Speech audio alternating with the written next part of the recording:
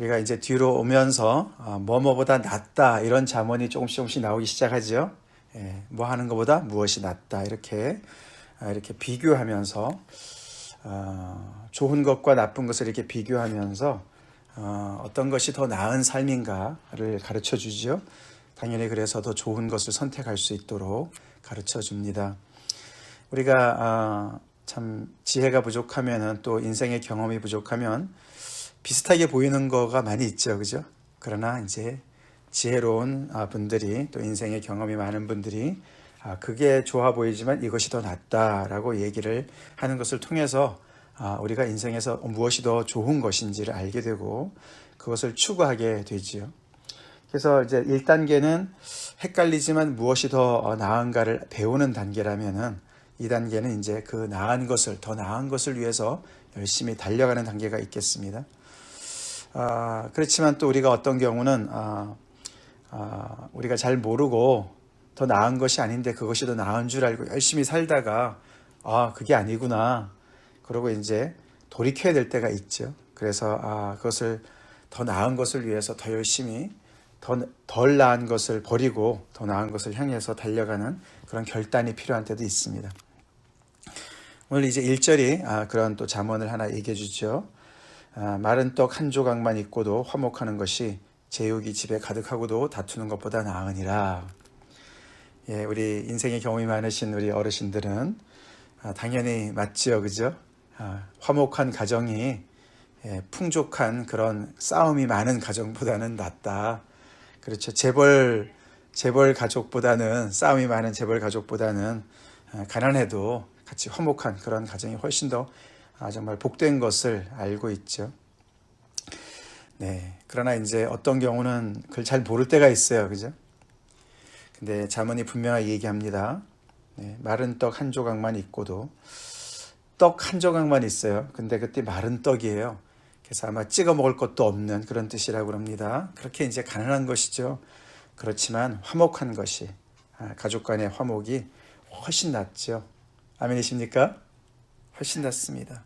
제육이 집에 가득하다는 말은 그런 재물을 들여서 그것이 남은 어떤 그런 것을 얘기한다고 그래요. 그래서 굉장히 종교적인 일도 많이 하고 그러지만 또 부자도 정말 부유한 것도 있지만 그러나 그 안에 다툼이 많이 있는 것이죠. 그보다는 훨씬 낫다. 네. 사실 그래서 가족 안에 어떤 그런 평안이 이렇게 다툼이 많은 그런 부여보다는 훨씬 더 낫다라고 얘기를 하고 있습니다. 그 말은 어떻게 보면 이제 우리 어저께 본문인 16장 32절에 노하기를 더디하는 자는 용사보다 낫고 자기의 마음을 다스리는 자는 성을 빼앗는 자보다 나으니라 이 말씀과 좀 연결이 됩니다. 그 32절 말씀은 그런 그 마음을 다스리는 평안, 그렇죠. 그것이 바깥으로 막 굉장히 용감하고 그래서 막 이렇게 힘이 세서 성을 빼앗는 자, 그래서 그것이 훨씬 더 나은 것 같지만 마음을 다스릴 수 있는 사람이 훨씬 더 낫다. 예, 그렇죠. 똑같이 가정이 평안한 것, 내부의 평강, 그런 안식이 훨씬 더 중요하다는 것을 강조합니다. 네. 2절. 그러면서 또 다른 얘기를 하는데 슬기로운 종은 부끄러운 짓을 하는 주인의 아들을 다스리겠고 또 형제들 중에서 유업을 나누어 얻으리라. 여기서는 이제 게으른 아들보다는 슬기로운 종이 더 낫다. 어떻게 보면 그렇게 얘기하는 거나 같습니다. 어떻게 종이 아무리 뛰어나도 아들보다 낫겠습니까? 근데 이제 보통과는 좀 다른 상황인 것이죠. 여기서 아마 부끄러운 짓을 하는 주인의 아들은 아마도 이 슬기로운 종과 대조가 되는 게으른 아들인 것 같습니다. 그래서 이제 집안의 모든 것을 이제 망가뜨리는 것이죠. 그래서 2절에서는 사실 이제 어떤 그런 혈연 관계보다도 어떤 슬기, 지혜가 더 중요하다라는 것을 강조하죠. 예, 그래서 더 나은 것을 얘기해 줍니다. 사실 이렇게 재물이 많고 아무리 풍족해도 다투는 그런 집안, 또는 아들이 있어도 그 아들이 너무 게을러서 정말 집안의 유업을 이어나가지 못하는 그런 집안, 참 망하는 집안이에요. 그죠? 참 안타까운 집안입니다. 오늘 말씀에는 좀 이렇게 집과 가족과 연결되는 이야기가 좀 나오지요. 자, 그래서 참, 이 아들이 어떤 그 자녀가 이렇게 성장함에 있어서 인생에서 무엇이 더 나은가를 분별하는 그런 지혜, 그리고 더 나은 것을 위해서 열심히 부지런하게 살아가는 그런 지혜, 그런 자녀를 가지고 있는 게 얼마나 복된가, 이제 이런 얘기를 하는데, 3절에 도가니는 은을, 풀무는 금을 연단하거니와 여호와는 마음을 연단하시느니라. 그 모든 것들이 이제 마음으로부터 출발하는 것이죠, 그죠? 지혜도 마음으로부터 출발하고, 근면 성실하게 열심히 살아가고, 그런 것들도 마음으로 출발하는데, 그 마음에 이제 여러 가지 불순물이 끼어 있는 이 어린 자녀들, 어떻게 정말 지혜롭게 더 나은 인생을 살아갈 수 있을까? 여호와께서 연단하셔야 된다는 것이죠. 도가니의 은은, 그렇죠. 우리가 이게 이제 연단하는 그런 금속을 연단할 때 이렇게 녹이지 않습니까? 그죠? 그 용융점이 있어요. 그죠? 열을 가해서 다른 불순물들과 섞여 있는 것들을 이렇게 쫙 그 열을 가해서, 은은 961도에서 녹습니다. 용융점이. 그 전에 녹지 않아요. 그죠? 분리가 안 됩니다. 그래서 961도까지 올려야 녹죠. 금은 좀 더 높습니다. 1063도에서 녹습니다. 그래서 거기까지 올려야 됩니다. 그렇기 때문에 이게 도가니 속에서는 금을 재련할 수는 없는 것이죠. 그죠? 그게 도가니가 감당을 못 합니다. 그 열을. 그렇죠. 그건 풀무 속에서 해야 되는 것이죠. 근데 인간의 마음은 어디까지 올려야 녹을까요? 용융점이 어딜까요? 그죠? 굉장히 높아야 되는 것 같습니다. 그렇죠? 그래서 이 인간의 마음은 도가니로 이게 안 되고, 또는 이 풀무로도 연단이 안 되는 거예요. 더 고온이 필요한 것 같습니다. 그게 어디서 된다고요? 여호와 안에서 우리의 인간의 이 마음이 그게 재련이 된다고 얘기합니다. 그러니까 여호와께서 정말 그 마음을 재련해 주시는 그 인생이 얼마나 복된가. 물론 힘들죠, 그죠? 여호와께서 소멸하시는 불이라서 온도가 얼마나 높을까요? 정말 가장 높으신 분이시겠죠. 근데 인간의 그 정말 마음 속에 그 박혀 있는 그런 미련이 빠져나가는 거는 그런 하나님의 터치가 필요한 것이죠. 아멘이십니까? 하나님의 터치가 필요한 것이죠. 즉 하나님의 말씀이 필요한 것이죠. 그래서 열심히 하나님의 말씀을 듣고 하나님의 그 은혜 아래에서 계속해서 정말 거기 안에서 활동을 해야, 그 안에 머물러야 그런 하나님의 놀라운 정말 그 은혜를 받아서 마음의 지혜가 쌓이고, 그리고 더 부지런하게 열심히 더 나은 삶을 위해서 달려갈 수 있다라고 볼 수가 있겠습니다. 그러나 이제 4절부터 보시면은, 악을 행하는 자는 사악한 입술이 하는 말을 듣고, 잘 듣고, 하나님의 말씀을 안 듣습니다. 그렇죠? 그래서 참 악을 행하는 자는 계속해서 사악한 입술을 더 잘 듣는 거예요. 그 말을 잘 듣고, 거짓말을 하는 자는 악한 혀가 하는 말에 귀를 더 잘 기울이는 것이죠. 그래서 정말 가진 자는 더 가지고 없는 자는 있는 것까지 빼앗기는 그런 정말 그 예수님의 말씀과 연결이 되어집니다. 그래서 악을 행하는 자는 점점 더 자기가 듣기 좋은 말만 들으니까 이렇게 사악한 입술이 하는 말을 더 잘 듣는 거고, 거짓말을 하는 자는 또 정말 악한 혀가 얘기하는 그런 거짓말을 계속해서 듣습니다. 요즘에도 우리가 이렇게 정말 SNS를 통해서 수많은 그런 댓글이 달리고, 그런 정말 그 인터넷에서 얼마나 많은 이야기가 돌아다닙니까? 음모론이 얼마나 많습니까? 그죠? 그래서 계속 자기가 좋아하는 그런 소식만 자꾸만 접하는 거예요. 그죠? 그래서 어떤 그 안에 이렇게 그런 방에 갇히는 것처럼 계속해서 자기가 좋아하는 것만 계속해서 그것을 더 강화시키는 그런 세대에 살고 있습니다. 그런 상태에서는 마음이 연단을 받을 수가 없죠. 그죠? 그렇습니다. 우리는 여호와 앞에 가야만 마음이 연단을 받을 텐데. 자, 그래서 누구의 말을 듣는가가 그 사람의 인격을 가늠합니다. 누구의 말을 듣는가. 우리 이런 거짓말하는 자나 악을 행하는 자의 말을 듣지 말고 여호와의 말을 들읍시다. 여호와의 말씀을 항상 들읍시다.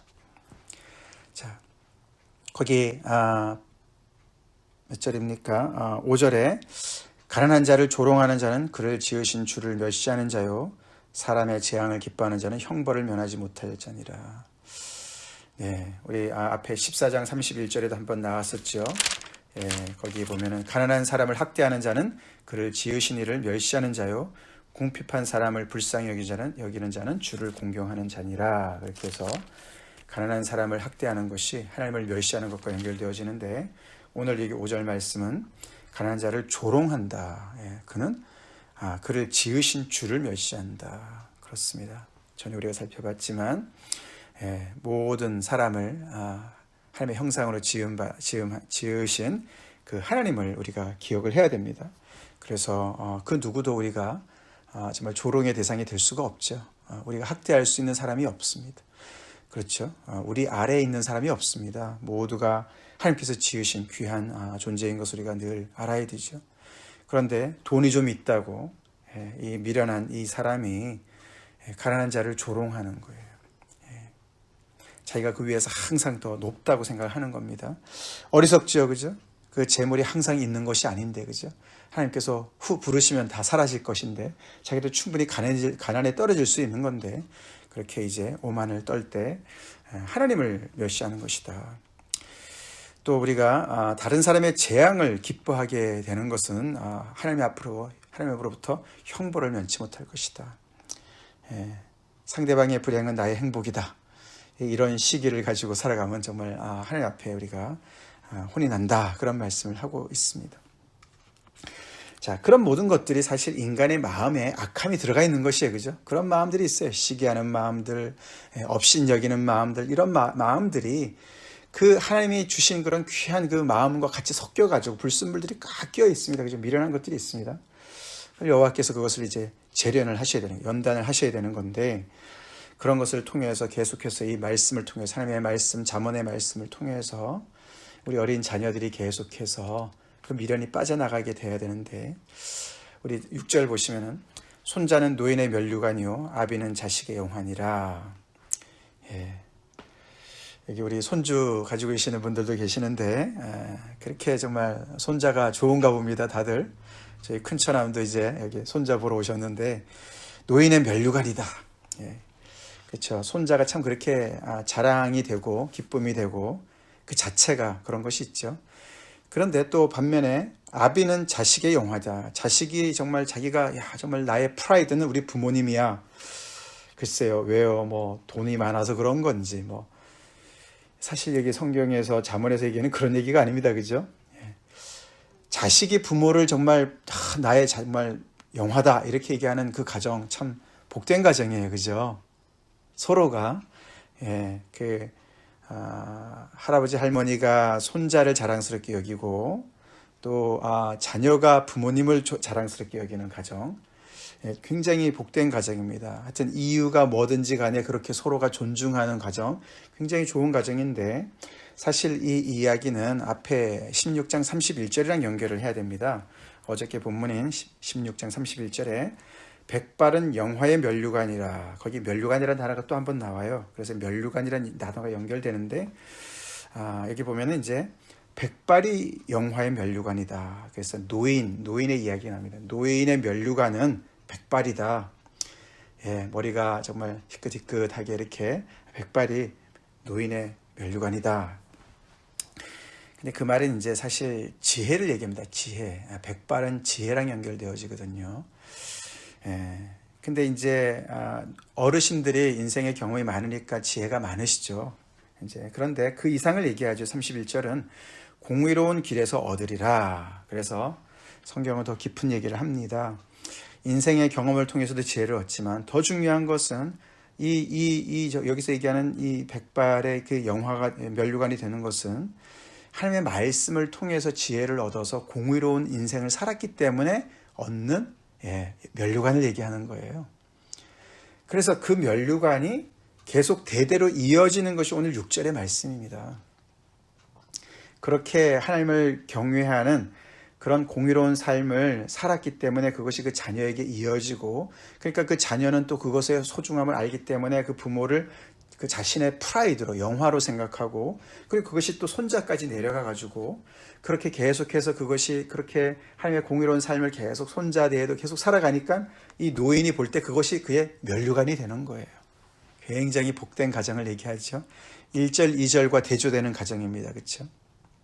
그래서 집에 뭐 먹을 것이 많고 정말 부자로 떵떵거리 살아도 그 안에 정말 다툼이 늘 있는 그런 망하는 집안이나 아니면은 정말 종보다도 못한 아들이 부끄러운 아들을 둔 집안과는 굉장히 대조가 되는 그런 가정을 얘기합니다.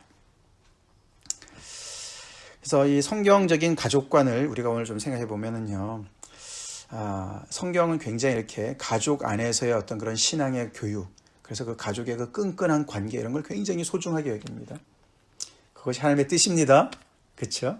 예, 그래서 우리가 가정 안에서 서로가 이렇게 사랑하는 관계를 위해서 사실 앞에서 우리가 더 나은 것 알지요, 그죠? 예, 화목한 가정 더 소중한 거 압니다. 아무리 돈이 많으면 뭘 합니까? 가정이 화목해야지. 누구나 다 얘기합니다. 알지만은 그러나 우리가 그것을 위해서 그러면은 그것이 더 나은 것을 위해서 돈은 좀 못 벌어도 가정의 화목을 위해서 우리가 뭔가를 희생할 것이 있습니다. 그죠? 그럼 결단을 해야 돼요. 그렇죠? 결단을 해야 됩니다. 근데 그 이제 알기만 하면 이제 뭘 하냐 이거죠. 그죠? 말은 우리가 화목하는 게 중요해 이러지만 계속해서 우리는 돈을 더 소중하게 여기고 또 커리어를 더 소중하게 여기고 그러면서 계속 우리가 가정을 이렇게 희생시키는 경우가 참 많이 있지 않습니까? 그만큼 이제 어리석게 살아가는 것이죠. 그래서 사실 이 말씀은 어저께 본문인 16장 17절과 연결되어집니다.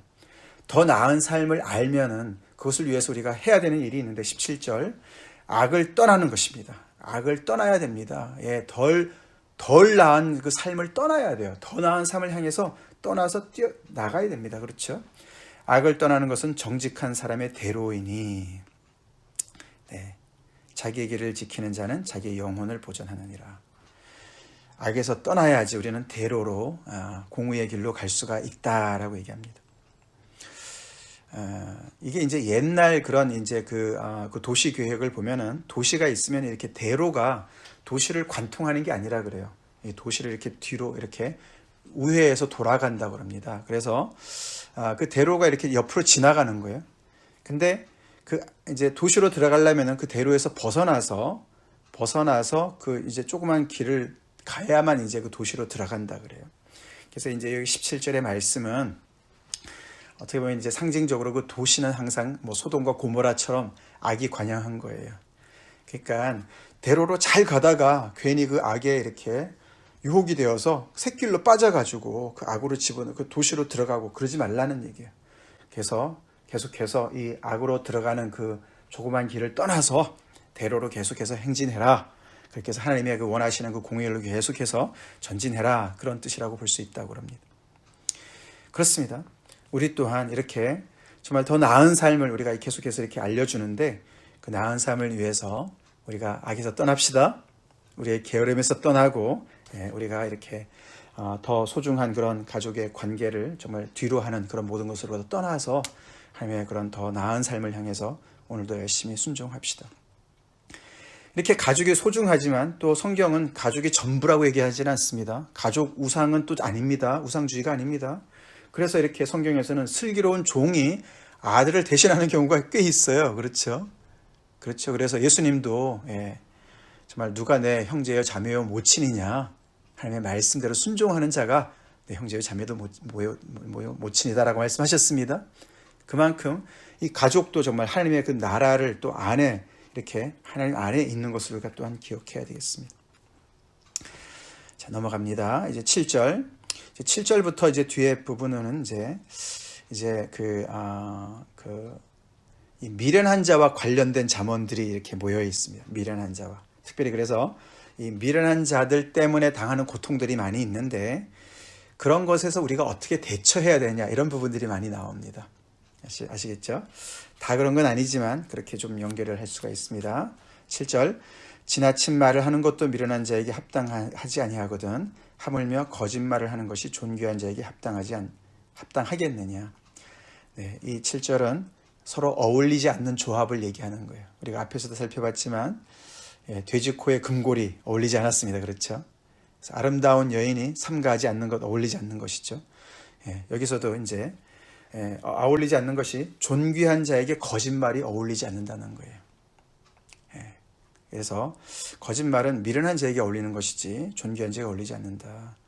사실 미련한 자도 지나친 말을 하지 않는데 어떻게 존귀한 자가 거짓말을 하느냐, 그게 말이 되느냐. 어울리지 않는 얘기는 저 뒤에 26장에 더 많이 얘기가 나옵니다. 예를 들어서 26장 1절을 보시면은 미련한 자에게는 영예가 적당하지 아니하니 마치 여름에 눈 오는 것과 추수 때에 비 오는 것과 같으니라. 이런 표현이 나와요. 그래서 지혜의 어떤 기본은 뭐냐면은 적당한 거예요. 예, 적절한 것을 따지는 거예요. 합당한 것을 따지는 거예요. 그것이 지혜입니다. 그죠? 어떤 상황 속에서 주어진 어떤 환경 속에서 무엇이 적절하냐, 무엇이 적당하냐, 합당하냐 이거를 구별해내는 것이 지혜다라는 것을 얘기합니다. 그런 면에서 거짓말과 존귀한 자는 어울리지 않습니다. 우리 성도들이 거짓말을 버려야 됩니다. 네, 그 다음에는 이제 뇌물에 대한 이야기입니다. 8절. 뇌물은 그 임자가 보기에 보석 같은즉 그가 어디로 향하든지 형통하게 하느니라. 그래서 뇌물의 파워를 얘기하는데 사실 그것은 앞에도 봤지만 하나님께서 미워하시는 거예요. 예, 그것은 그 뇌물을 통해서 결국은 자기가 망하게 되는 이야기를 하지 않았습니까? 15장 27절에. 문제는 이제 이게 자기 눈에 보석 같은 거예요. 이게 객관적인 잣대가 아니라 그 임자가 보기에, 뇌물을 주는 사람이 보기에 뇌물이 보석 같은 거예요. 그래서 이것을 향하면은 모든 것이 자기 뜻대로 될 것 같아요. 그런 경우가 많이 있죠. 타락한 관원 때문에 그런 일이 많이 있습니다. 그러나 하나님은 사람을 외모로도 취하지 않으시고 뇌물을 받지 않으시는 분이시죠. 하나님께서는 뇌물을 받지 않으신 분이에요. 그래서 우리는 이 뇌물도 이 지혜로운 자는 어울리지 않고 미련한 자들이 행하는 것이기 때문에 버려야 된다. 9절. 허물을 덮어주는 자는 사랑을 구하는 자요 그것을 거듭 말하는 자는 친한 벗을 이간하는 자니라. 네. 여기서 이제 허물을 덮어주는 자와 거듭 말하는 자, 가시핑하는 자가 비교가 됩니다. 그러면서 이제 사실 이게 이제 허물을 덮어준다는 얘기가 앞에서도 몇 번 나왔죠. 이건 사실 이제 항상 덮어준다 뭐 이런 얘기는 아닙니다. 이제 동기가 중요해요. 그렇죠? 이런 것은 어떤 때는 밑에도 나오지만 이제 충고를 해야 될 때가 있고 책망을 해야 될 때가 있고 어떤 때는 막 매를 들어야 될 때도 있지만 어떤 때는 또 덮어줘야 될 때가 있는 것이죠. 상황에 맞추어서 적절하게 해야 되는 것입니다. 원하는 결과가 다툼을 내느냐 아니면 화목을 이루느냐 이런 여러 가지 또 사랑이냐 미움이냐 이런 동기를 잘 따져서 해야 된다는 것이죠. 근데 이제 거듭 말하는 자는 결국은 친한 법까지 이간하게 되는 결과를 나타내게 되죠. 여기서 거듭 말한다는 것은 계속해서 again and again 계속 반복해서 말한다는 얘기보다도 한 번 이상 말한다 그런 뜻입니다. 그래서 그 동기가 이제 불순한 것을 얘기하는 것이죠. 자, 이제 10절 넘어가겠습니다. 자, 여기서부터 이제 특별히 미련한 자에 대해서 어떻게 대처하는가 아까 말씀을 드렸지만 반을 어떻게 되는가가 조금 더 이제 구체적으로 나오게 되는데 여기가 이제 구조가요. 10절부터 14절까지 사실 15절까지 연결되는데 오늘 14절에 끝납니다만 10절, 12절, 14절이 명령입니다. 미련한 자에게 이렇게 대처해라 라는 명령이에요. 10절, 12절, 14절 짝수가. 그 다음에 11절, 13절, 15절 내일까지 합해서 그것은 미련한 자들에게 임할 하나님의 심판이 나옵니다. 그런 구조로 되어 있어요. 자, 그러면 10절 우리 짝수부터 보겠습니다. 10절 한마디 말로 총명한 자에게 충고하는 것이 매 100대로 미련한 자를 때리는 것보다 더욱 깊이 박히느니라. 그렇게 얘기합니다. 그러면서 위에서는 이제 사랑 때문에 허물을 덮어주라고 얘기했지만 10절은 금방 이제 그것을 또 보충하는 구절이죠. 때로는 말로 총명한 자에게 충고를 해야 될 때가 필요한 것이죠. 그렇죠? 그리고 미련한 자에게도 어떤 때는 매로 징계를 해야 될 때가 있다라고 얘기를 하는 것입니다. 그래서 말의 충고를 얘기합니다. 그 다음에는 12절은 어떤 내용입니까? 여기서는 차라리 새끼 빼앗긴 앙콤을 만날지언정 미련한 일을 행하는 미련한 자를 만나지 말 것이라. 그래서 정말 너무나 미련을 떠는 그 사람을 그냥 맞닥뜨리지 말라는 거예요. 그 사람이 정말 엄청난 피해를 입히는 걸 얘기하는 거 아닙니까? 그런 미련한 일을 행하는 그 미련한 자가 이 정말 자기 새끼를 빼앗겨서 너무나 지금 정말 성이 난 그런 앙콤보다도 더욱 무서운 그런 존재다. 그러니까 그 앞에서 그냥 이렇게 괜히 봉변당하지 말아라. 거기서는 피해라 라고 얘기를 합니다. 맞닥뜨리지 말라라고 얘기합니다. 그것이 지혜라고 얘기합니다. 그렇게 대처하라고 얘기합니다. 그 다음에 14절은 다툼은 아예 시작하지 말라 그렇게 얘기하죠. 다투는 시작은 뚝에서 물이 새는 것 같은즉 싸움이 일어나기 전에 시비를 그칠 것이야. 그래서 싸움은 시작부터 그만두라는 것이죠. 그것이 조그만 그 물의 뚝이 정말 물이 새면서 그냥 뚝이 확 무너지는 것처럼 그렇게 되기 때문에 이 미련한 자와 그렇게 다투지 말라. 미련한 자는 우리 12절에도 봤지만 악한 자랑 또 연결이 되어지죠. 11절에 자 그렇게 이제 명령이 나오고 왜 그렇게 하냐면은 이제 11절 악한 자는 반역만 힘쓰나니 그러므로 그에게 잔인한 사자가 보냄을 받으리라. 이제 이러기 때문에 이제 미련한 자를 이런 식으로 대처하라는 뜻이에요. 대처하라는. 악한 자는 반역만 힘쓰는 거예요. 이 반역이 하나님을 향한 반역이죠. 그렇기 때문에 결국 그가 받을 것은 하나님으로부터 어떤 그런 형벌을 받게 되는데 그 형벌이 뭐냐면은 잔인한 사자가 그 앞에 이르는 거예요.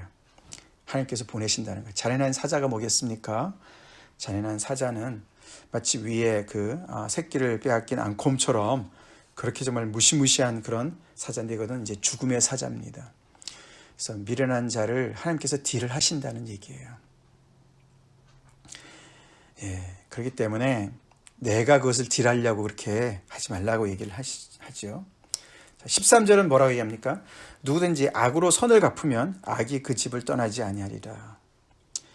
이 사람이 미련하고 악해서요. 선을 행한 사람한테 악으로 갚는 거예요. 그죠? 얼마나 못됐습니까? 그죠? 근데 그렇게 되니까 하나님께서 어떻게 그를 정말 대처하시냐면 하나님께서 하시죠. 악이 그 집을 떠나지 않게 한다. 그래요. 악을 의인화해서요. 마치 손님인데 손님이 왔어요. 근데 악이에요. 근데 그 손님이 집에 그냥 계속 들러붙어서 떠나지 않는 거예요. 그 집에서 계속 머무는 거예요. 그 얘기를 합니다. 결국은 자기가 행한 악을 그대로 받는 것을 얘기합니다. 그렇죠? 다시 부메랑 효과를 얘기하죠. 하나님께서 그렇게 하실 거라는 겁니다. 그렇기 때문에 미련한 자 때문에 그것 때문에 막 힘쓰고 애쓰고 그것 때문에 막 다투고 싸우고 막 그러려고 하지 말라는 것이죠. 필요할 때는 충고를 해야 되고 필요할 때는 매를 들 때도 있지만 아닐 때는 우리 14절처럼 그렇게 시비를 그치고 여기 그친다는 말은 드랍해버려라. 그냥 거기에 상관하지 말아라. 그런 뜻입니다. 자, 이렇게 이제 미련한 자와 섞여 살기 때문에 혹시라도 이제 그것이 우리의 자녀가 되지 않기를 바라지만 혹시라도 그런 경우가 있을지라도 이렇게 좀 어떤 경우는 하나님께 맡겨야 되는 그런 경우가 생기는 거예요. 왜냐하면은 마음을 연단하실 수 있는 분은 하나님이시기 때문에 그렇습니다. 아멘이시죠? 하나님의 말씀이 그 인생을 타취해야만 그 마음에 정말 들어가야만 정말 그 미련이 벗겨지는데 그것을 위해서 우리가 기도하고 또 정말 또 필요한 지혜롭게 우리가 해야 되겠죠. 또 동시에 그만큼 또 우리의 마음이 이렇게 섞여 있는 그런 미련들이 하나님의 말씀을 통해서 정말 벗어지도록 우리가 매일매일 주님 앞에 또 나오면서 그것이 계속 연결되어져서 우리 자녀들에게 또 그 다음에 또 그 후손들에게 계속 내려갈 수 있는 그런 은혜 있기를 우리가 소망합시다. 그리고 더 나은 삶이 분명히 있죠. 더 나은 삶. 그것을 구별해낼 수 있는 분별력을 가지는 것이 지혜고 그리고 더 나아가서 그런 삶을 위해서 정말 악에서 떠나서 계속해서 그것을 향해서 대로로 향해 가는 것이 참된 지혜인 것을 우리가 다시 한번 고백하면서 오늘도 우리가 말씀으로 승리합시다. 같이 기도하겠습니다. 하나님 감사합니다. 계속되는 자문의 말씀을 통해서 우리를 지혜로 초대하시고 더 나은 삶으로 달려가라고 악에서 떠나라고 우리를 또 훈계하신 하나님 아버지께 감사드립니다.